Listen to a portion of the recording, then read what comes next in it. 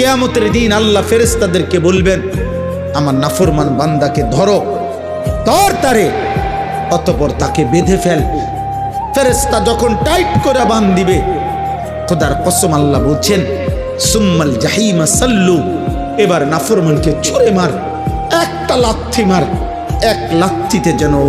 জাহান্নামে গিয়া পড়ে। এবার যখন জাহান্নামে ফেলবে, জাহান্নামের ভিতরের ফেরেশতাকে আল্লাহ বলবে তারে 70 হাত,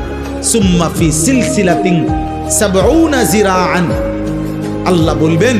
হে আমার জাহান্নামের ফেরেশতারা, 70 হাত লম্বা আগুনের শিকল দিয়া এই নাফরমানকে তার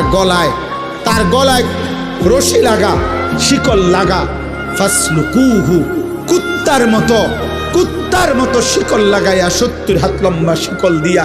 পুরা জাহান্নামে তারে গুড়া,